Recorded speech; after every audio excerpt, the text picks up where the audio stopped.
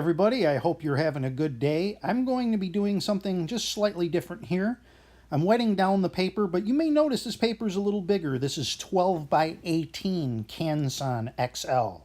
And so let's talk about going into a bigger format. Obviously, if you're going into a bigger sheet size, it's going to be a little bit more intimidating. But in this case, I'm going to go the opposite direction. We're going to use a little bit more of a limited palette, and it's actually going to go quicker than normal because we're going to keep it simple and loose. So I've already put some raw sienna on the paper here. We're going with some ultramarine blue mixed with a little Payne's gray for the sky. Just some quick strokes, just fast and loose quick strokes. Get some down here for the water area.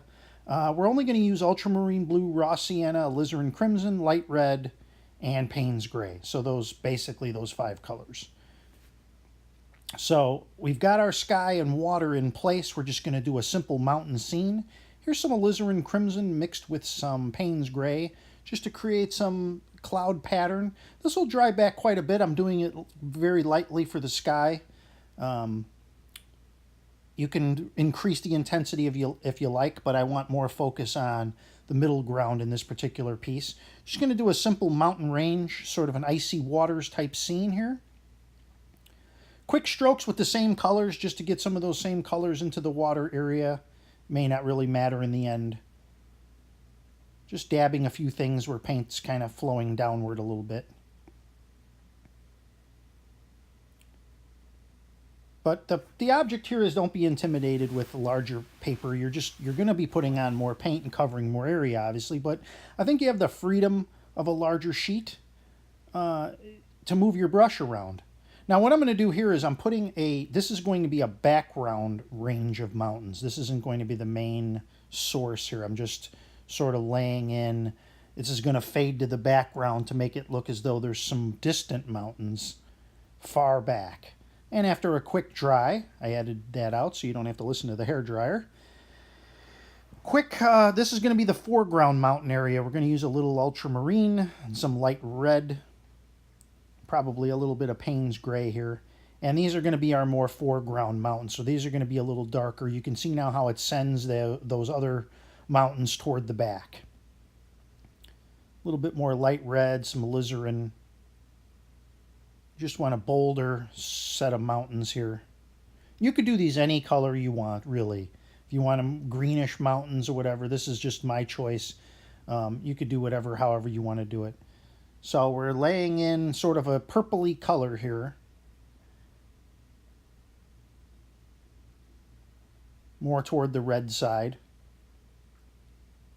And then what we're going to do is I'm going to take my card and we're going to scrape in some rocky or even snowy type areas, however it appears to you, and just use the straight edge of the card, putting pressure more toward where you want the scraping to occur.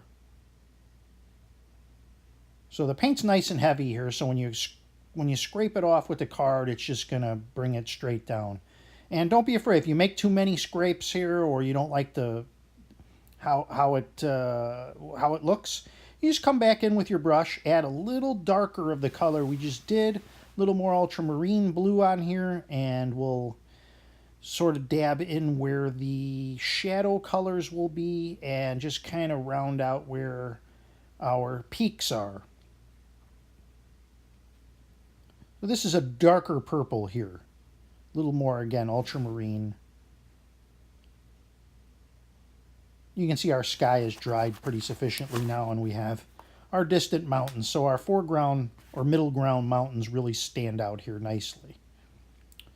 Take the card again. I'm just going to scrape in some additional areas here.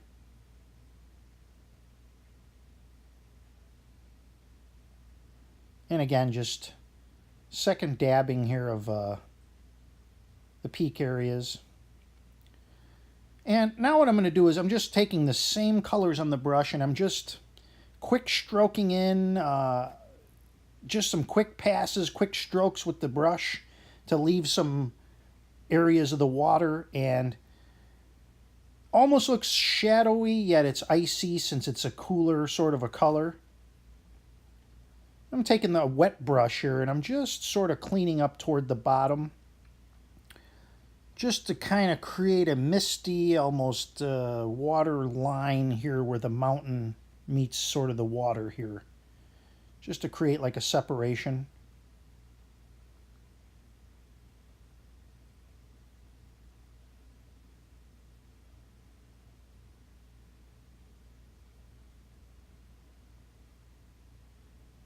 Pretty wet here on the paper, so these little strokes should, the paint should stay open here.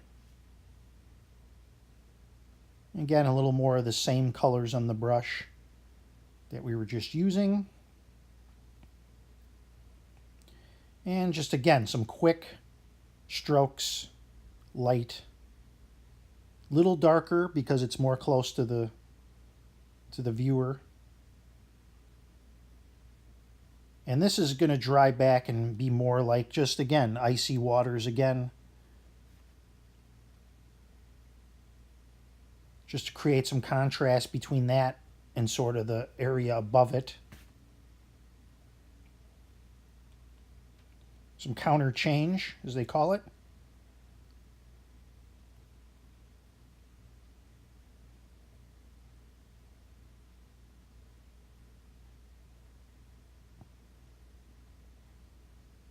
Just touch up some of the areas where it was running down a little bit.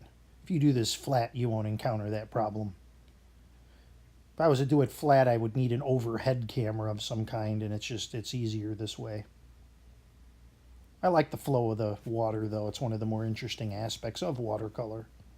Okay, believe it or not, that's it. We are finished. It was just that simple. Let's zoom in and get a closer look. Okay, let's zoom in for the close-up here. This is the 12 by 18, and we'll just zoom in on just some of the sky elements and sort of the icy waters.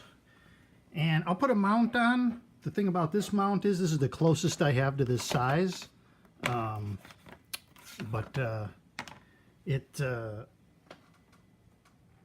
it's still too small. I don't have any mounts for large format. So that's it. I hope you enjoyed this video. Please subscribe, comment, and I appreciate it. I just hit 100 subscribers, and I appreciate each and every one of you. And thank you for watching.